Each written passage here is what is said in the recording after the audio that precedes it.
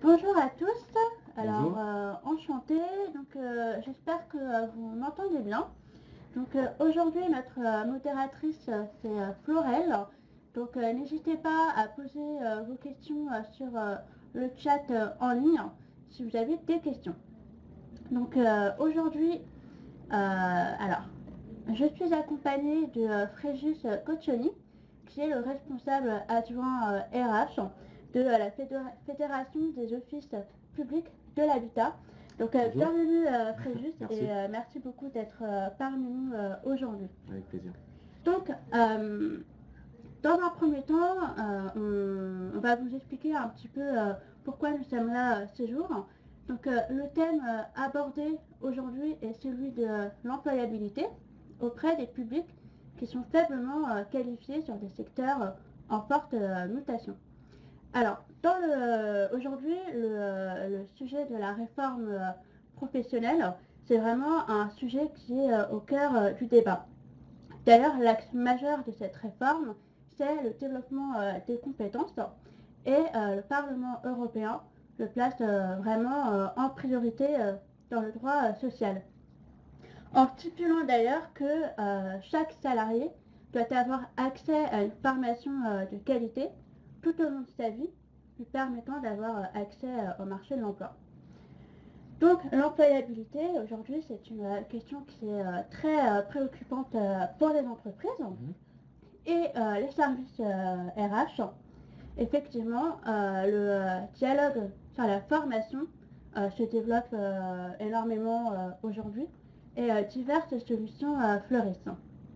Donc, que ce soit pour les évolutions de carrière ou simplement pour garder le plus longtemps possible vos collaborateurs dans votre entreprise, la formation aujourd'hui c'est une opportunité pour tous. Donc, pour parler très concrètement de cette problématique de l'employabilité, à travers une interview avec Fréjus, nous allons voir quels étaient les objectifs de la Fédération des OPH. Nous parlerons aussi des solutions qui ont été mises en place et nous verrons les résultats que ça a apporté. Et à la fin, bien évidemment, si vous avez des questions, nous garderons un temps d'échange pour répondre à vos questions. Alors, Fréjus, est-ce que dans un premier temps, vous pouvez nous parler un petit peu du secteur, du marché de votre secteur? Oui. Quels sont les enjeux et quelles sont les problématiques que vous avez rencontrées sur le volet formation? Bien sûr. Bonjour à tous. Donc Fréjus Coccioni, service RH de la Fédération des OPH. Donc oui, rapidement et pour vous remettre un peu en perspective, donc la Fédération des OPH est la tête des réseaux de la branche professionnelle des offices publics de l'habitat. Donc une branche qui se compose de 243 OPH, 47 000 personnels environ, donc composé un quart de fonctionnaires publics territoriaux et de CDI. Ces 243 OPH gèrent environ 2,4 millions de logements et logent environ 5 millions de locataires au niveau national. Donc nous, en termes de... Et pour remettre un peu du contexte, et qui va nous servir d'ailleurs dans nos échanges aujourd'hui avec Sophie, c'est vrai qu'on a un contexte assez contraint depuis maintenant 2 ans. Et surtout au niveau réglementaire, donc il y a à la fois la loi logement, dit loi Elan, donc loi sur l'évolution du logement et aménagement numérique, qui est venu en tout cas bousculer un peu le secteur du logement social sur 2 sujets principaux. Donc le premier, c'est la réduction des loyers solidaires, donc la RLS, qui est consécutive à la baisse des APL. Donc vous avez dû en entendre parler depuis l'été 2017. Qui dit baisse des APL, baisse des loyers, dit aussi par conséquent une baisse du chiffre d'affaires des OPH. Donc des moyens financiers qui sont de plus en plus restreints pour les offices publics de l'habitat.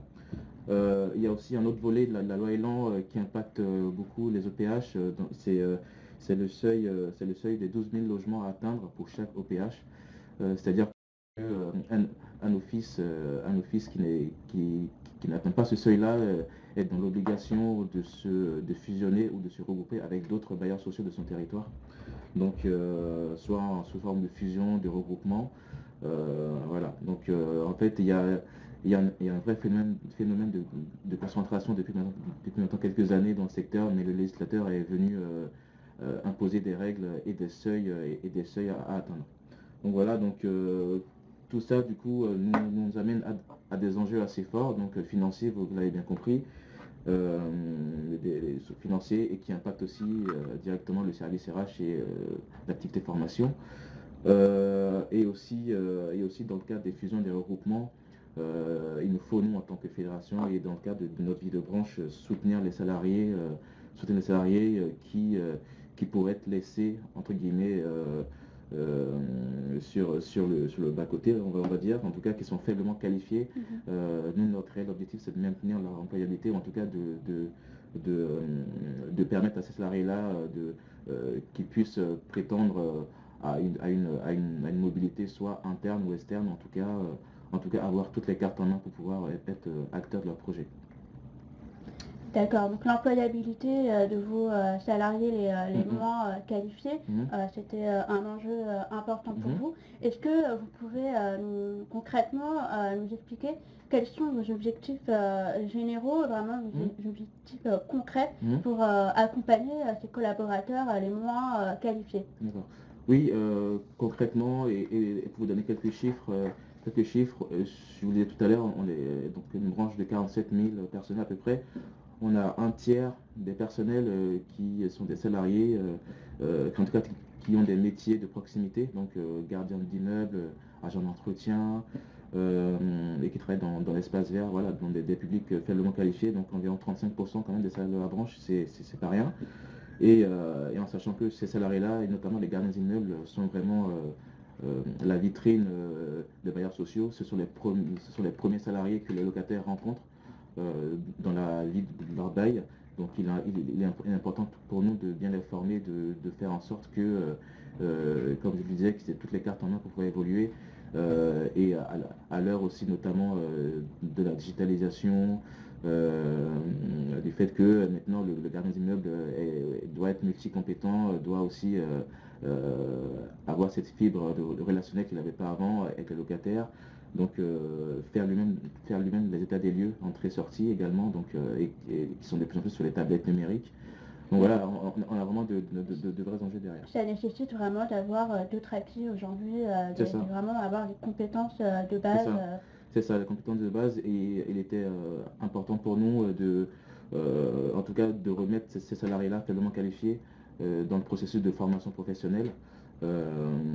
Sur du digital et par le digital aussi, et on verra, l'outil Tremplin y répond, il répond de manière très très positive pour nous, et on le verra, l'outil Tremplin Cléa finalement sert à avoir ce passeport interprofessionnel, mais finalement on s'est vite rendu compte, en tout cas à la Fédération des offices, que c'est un outil qui a beaucoup de fonctionnalités et qui va permettre en fait et qui va offrir de larges possibilités aux salariés. D'accord. Effectivement, vous étiez en train de parler de la solution Tremplin Cléa Nathan. C'est la solution que vous avez choisi de mettre en place pour accompagner les salariés les moins qualifiés, donc, par exemple les gardiens d'immeubles.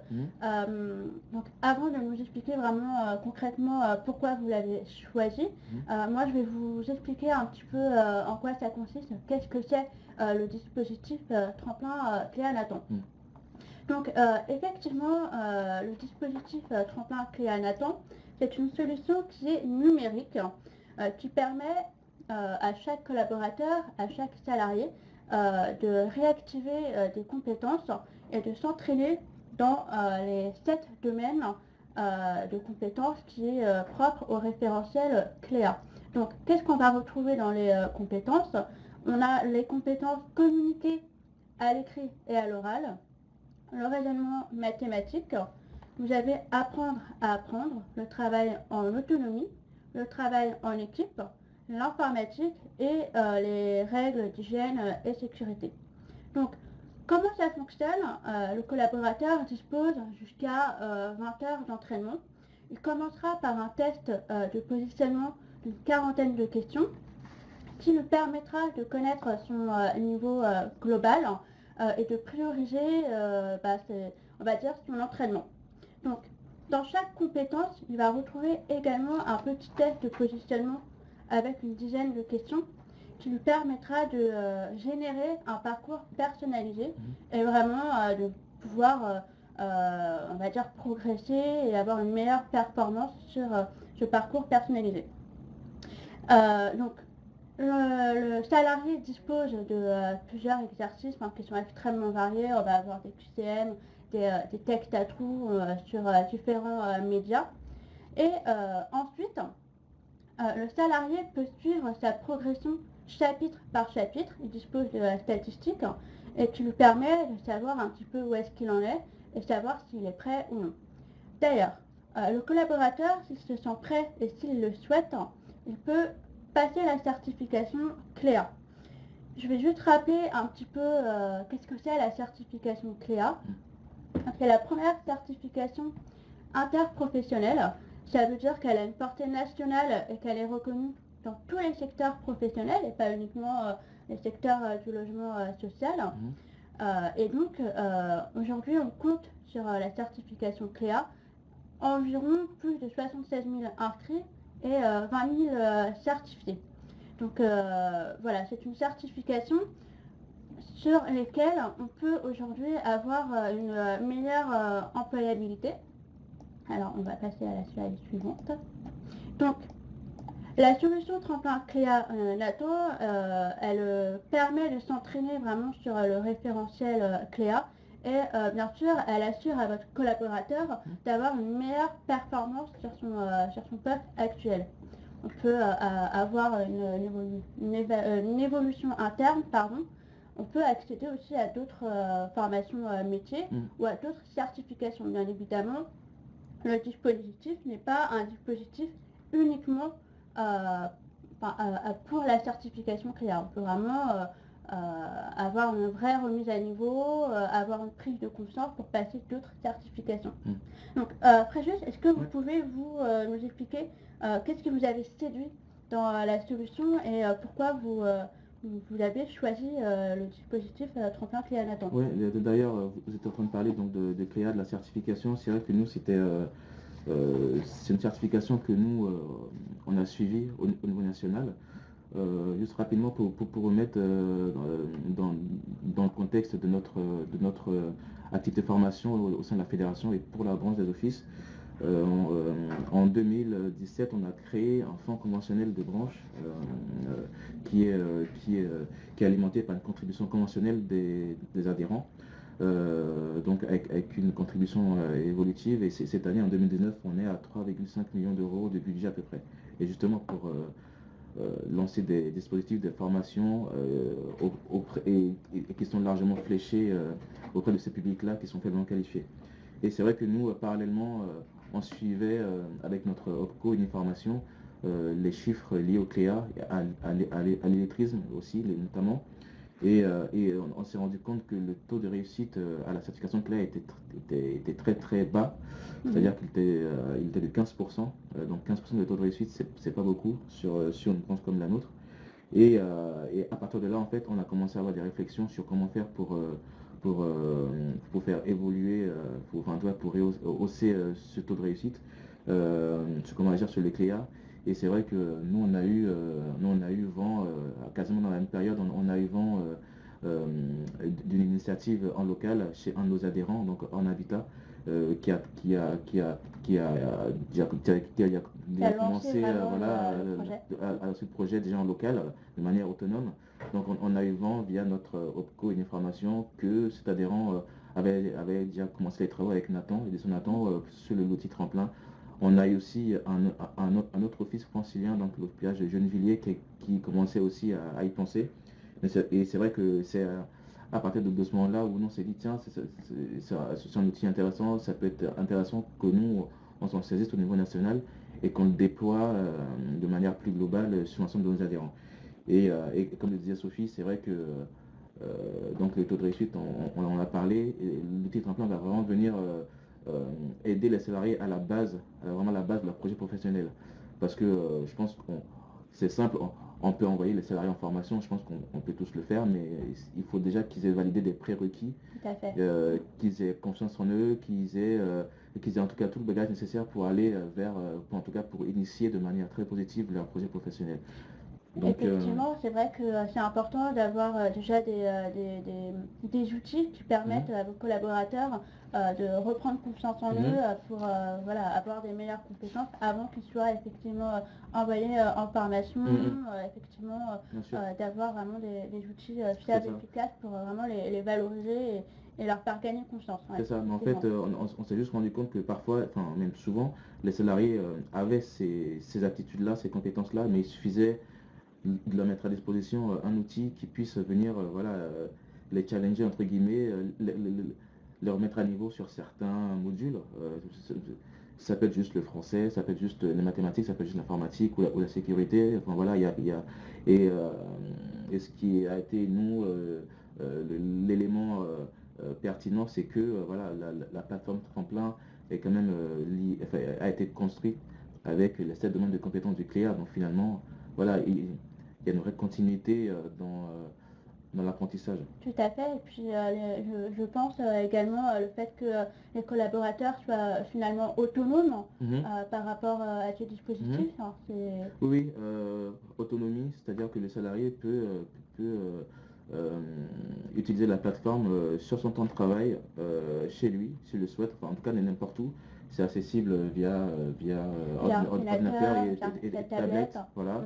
Donc c'est accessible sur ton travail et hors ton travail.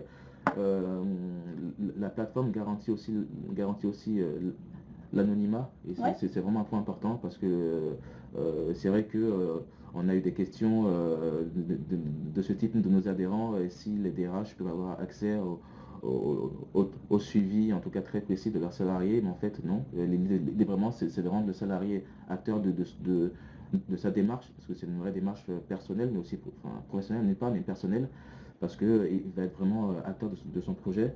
Donc l'anonymat, c'était un vrai critère de choix pour nous, de garantir ça. Et en plus, à l'heure du RGPD et autres, donc c'est quand même c'est assez important de sécuriser les choses. Et ensuite, donc on a parlé d'autonomie, de facilité d'usage. On a pu, nous, dans la phase des travaux avant le lancement, on a pu le faire tester par des DRH adhérents, de nos adhérents. Donc ils ont pu tester la plateforme, voir qu'en fait c'était très facile d'utilisation pour les salariés. Donc ça a été aussi un point déterminant pour nous. D'accord, ça me fait penser que vous l'avez fait tester au DRH, à d'autres offices. Est-ce que vous pouvez nous expliquer comment vous avez mis l'outil en place? Vous parlez d'uniformation, donc comment vous pouvez nous expliquer comment vous l'avez financé, voilà, nous expliquer la mise en place du projet. Ouais. En fait, nous, comme je disais, donc, il y a eu des initiatives locales, et c'était important pour nous de s'en saisir au niveau national et d'avoir cette licence unique, on va dire, qu'on pouvait déployer du coup au niveau national. C'était même stratégique pour nous de montrer que on va apporter un service plus à nos adhérents et aussi aux salariés faiblement qualifiés. Donc nous, c'est important d'avoir cette offre clé en main. Et sur la mise en œuvre, ça s'est déroulé à peu près sur 3-4 mois environ, à partir du moment où on a su qu'il y avait des initiatives jusqu'au moment où on l'a déployé en septembre 2018. Donc 3-4 mois de réflexion, de travail avec les équipes Nathan. On a tout de suite, nous, au niveau de la fédération, impliqué nos partenaires sociaux de branche. C'est-à-dire que le projet a été présenté en commission paritaire nationale emploi-formation, qui est un peu notre commission formation au niveau national avec les partenaires sociaux. Donc on leur a présenté, ils ont tout de suite validé le projet. Du coup, nous, ça nous a permis de travailler un peu plus concrètement avec le beaucoup d'informations, avec les éditions Nathan, avec les OPH tests aussi, qu'on a sollicité pour pouvoir tester la plateforme. Pour avoir une phase pilote. Exactement. Et à côté de ça, nous, on s'est rapproché d'un de nos adhérents qui avait mis en place, donc Orne Habitat, je vous en parlais. On était chez eux voir comment ils l'ont mis en place au niveau local. Ils ont impliqué tout de suite aussi leurs partenaires sociaux en local pour que eux puissent relayer de manière efficace sur le terrain. Ils ont impliqué leur CODIR, ils ont fait beaucoup de communication, mais aussi au niveau national, on a créé un kit de communication qui est adaptable à chaque adhérent. Donc voilà, il y a tout un travail qui a été fait avec les éditions Nathan. Et enfin, donc, au niveau du financement, donc c'est pris en charge, nous, intégralement par notre fonds conventionnel de grant, dont je vous en parlais tout à l'heure. Pris en charge intégralement. Du coup, c'est une vraie offre clé en main. Les adhérents n'ont pas à avancer de financement finalement. Ils ont une offre clé en main, c'est une licence unique, c'est une licence qui est marketée Fédération des offices, entre branches des OPH. Donc pour eux, c'est très transparent finalement. Ils ont juste à obtenir leur code d'inscription que les éditions Nathan nous ont fourni par office. Donc il y a une liste de codes d'inscription par office. Donc ils ont juste à obtenir ce code-là et ensuite en local, ils font le travail en local pour mobiliser leurs salariés. Et d'ailleurs, en parlant de salariés, c'est très important de ne pas stigmatiser les salariés. C'est-à-dire que ce qu'on conseille vraiment aux offices, et c'est ce qui a été fait même par beaucoup, c'est de faire une communication très large à l'ensemble des strates de Pour pas qu'ils se l'entreprise. sentent visés forcément par la communication. Voilà, exactement. Parce Ouais. qu'au final, c'est vrai que c'est un outil qui vise peut-être les publics faiblement qualifiés, mais au final, ça peut aussi servir aux salariés qui est diplômé, qui a déjà son bac+2, bac+3, qui est en agent de maîtrise au cadre, juste pour parfois faire des petits tests, réveiller des compétences qu'il avait oubliées. Oui, une personne finalement qui a été diplômée il y a très longtemps c'est ça. Pour réactiver quelques compétences. Voilà. Et pour finir, ça peut aussi aider et venir en préalable d'un projet de formation plus ou moins long. C'est-à-dire que si un salarié vient vous voir et vous dit voilà, je suis intéressé par telle formation qui peut être coûteuse, qui peut être assez longue,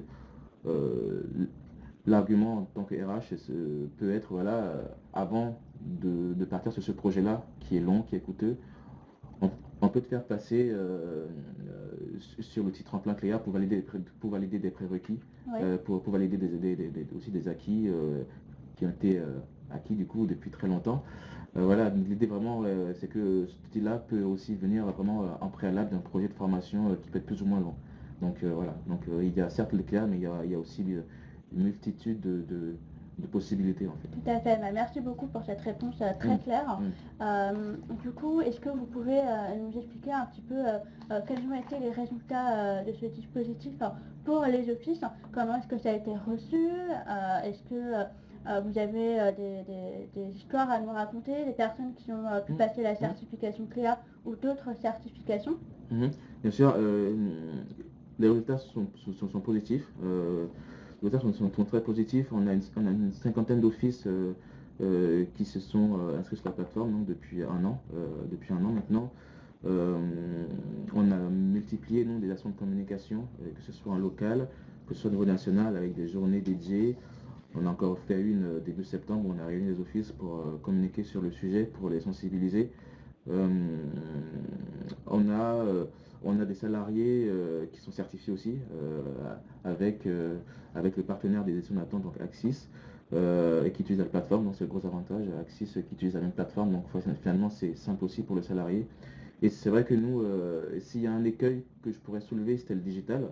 C'est vrai qu'on est une branche professionnelle qui n'est pas très mature au niveau digital. Donc c'est une plateforme voilà, qui est entièrement numérique, digitale. Et c'était aussi une volonté, nous, au niveau national, d'impulser la maîtrise un peu voilà, des outils digitaux, exactement.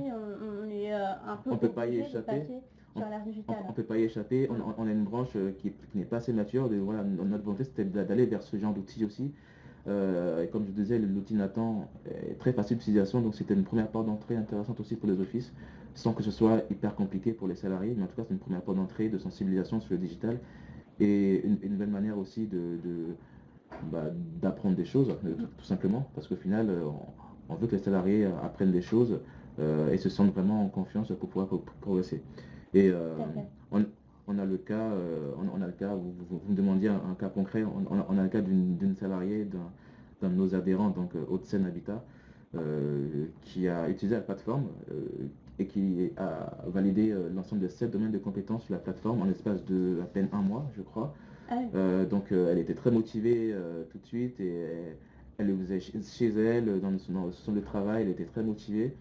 Et en fait, à l'issue, elle a validé sa certification CLEA à l'issue, parce qu'elle, derrière, elle était dans une logique d'évolution professionnelle. En fait, c'est une gardienne d'immeuble qui projetait de devenir responsable de site, de secteur.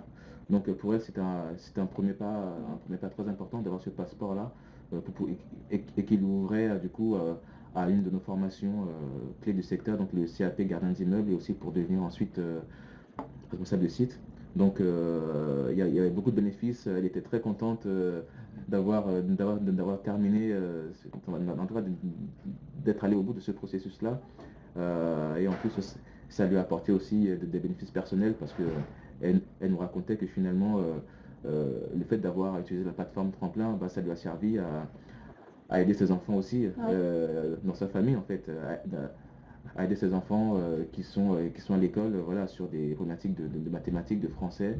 Donc finalement, on voit que certes, il y a des enjeux professionnels, mais au final, il y a aussi des enjeux personnels. il y a aussi des bénéfices personnels qui ne sont pas négligés et qui font aussi que bah, cette salariée, c'est un peu notre ambassadrice aussi maintenant.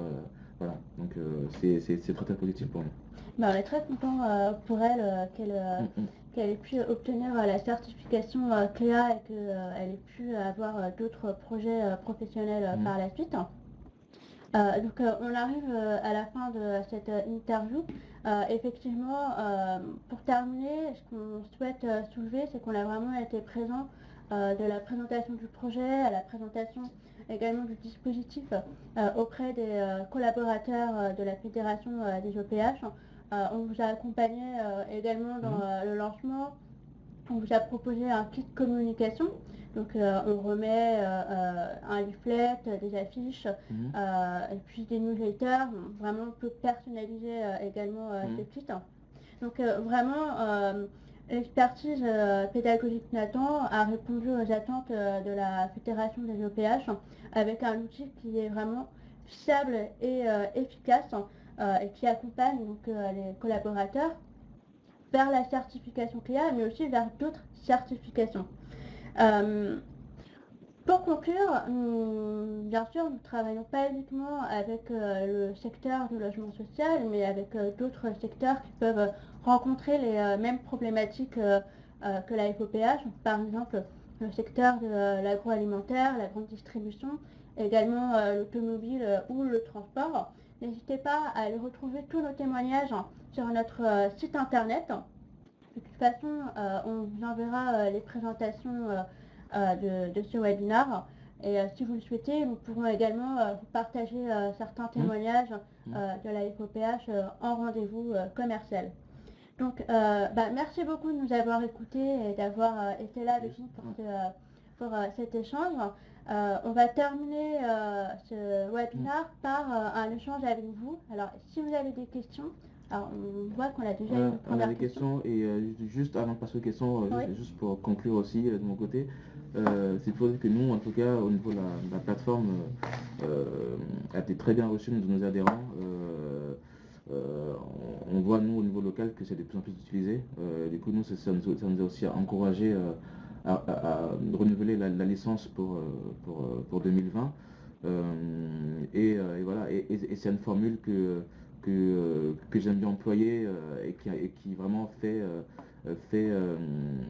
l'utilité de cette plateforme, c'est que finalement elle va venir réveiller des compétences chez les salariés pour in fine en faire émerger de nouvelles peut-être, parce que le salarié va peut-être se découvrir de nouvelles compétences voilà, c'est vraiment le but, pour qu'ils reprennent confiance. Et je pense que dès qu'on a confiance, tout peut devenir plus simple. Exactement, tout à fait. Merci beaucoup pour d'avoir partagé avec nous votre expérience. Effectivement, on est très content de continuer ce partenariat encore sur le long terme. Alors, on a vu quelques questions. Donc, alors, donc on avait une question de Hélène. Donc, bonjour, pouvez-vous nous donner un exemple concret d'exercice que l'on peut trouver sur la plateforme? Alors, merci beaucoup Hélène pour cette question. Effectivement, alors sur la plateforme, comme je vous expliquais, on va trouver vraiment des exercices qui sont très variés selon les compétences dans lesquelles on va s'y trouver. Concrètement, pour vous donner un exemple, on va avoir des exercices qui sont des exercices pour écrire par exemple des courriels, pour écrire correctement à un locataire par exemple. Donc c'est vraiment des exercices qui s'appuient sur le référentiel Cléa. Donc c'est créer, écrire un courriel et l'envoyer. Donc le but est vraiment de produire un message en respectant la construction d'une phrase simple, par exemple. Mais on va aussi retrouver des exercices pour respecter, comprendre les consignes de son manager, voilà, des exercices de mise en situation dans un contexte professionnel. Voilà, j'espère que j'ai bien répondu à la question. Alors, si vous avez d'autres questions, n'hésitez pas. Alors, on a une question de Nathalie. Quelle autre certification pouvons-nous passer avec cette solution? Alors oui, c'est vrai qu'on a beaucoup parlé de la certification Cléa finalement à l'issue, Oui. mais il peut y avoir aussi d'autres choses comme le FLE, donc français langue étrangère, qui peut être accessible aux salariés à l'issue de son entraînement sur la plateforme. D'accord. Et il y a aussi, du coup, ça ouvre aussi accès à des formations métiers, Oui. dont j'en parlais tout à l'heure. Une formation métier, nous, qui est incontournable dans notre secteur, c'est le CAP gardien d'immeuble, qui est vraiment incontournable et auquel le salarié peut prétendre, en tout cas, s'il réussit son entraînement sur la plateforme Cléa. Après, il peut y avoir une multitude de certifications Tout à fait. selon le secteur d'activité. Voilà. Effectivement, vous pouvez aussi passer peu de certifications, donc aussi ça ouvre à des formations métiers, comme vient de le préciser Fréjus, mais vous pouvez passer des certifications comme par exemple communiquer à l'écrit à l'oral, c'est une certification Nathan, ou une certification sur les mathématiques, qui est encore une certification Nathan. Donc ça ouvre vraiment à d'autres formations et à d'autres certifications. Alors, est-ce qu'on a encore des questions? Donc, une dernière question de Hélène. Merci Hélène pour ces questions. Donc, quelles sont les étapes pour passer la certification? Effectivement, c'est une excellente question. Alors, pour passer la certification, il faut passer l'évaluation auprès d'organismes qui sont habilités. Donc, là, pour vous donner l'exemple concret de Elodie, elle a passé l'évaluation auprès de l'organisme de formation Axis, qui est un de nos partenaires, et puis elle a réussi son évaluation, donc ça lui a donné la certification Cléa. Bien évidemment, on a d'autres partenaires, donc si vous le souhaitez, on pourra tout à fait vous échanger avec vous pour vous présenter nos autres partenaires pour passer la formation et l'évaluation Cléa. C'est ça. Voilà. Alors, est-ce qu'on a encore des questions? Non. Et bien, de toute façon, on arrive à la fin du webinaire. Donc, merci beaucoup de nous avoir écoutés. Merci. Alors, merci beaucoup pour vos questions. Merci Fréjus d'avoir été parmi nous et d'avoir partagé cette expérience. On est ravis de ce partenariat. Et n'hésitez pas à nous contacter pour une présentation commerciale. Merci beaucoup. Merci. Au revoir. Au revoir.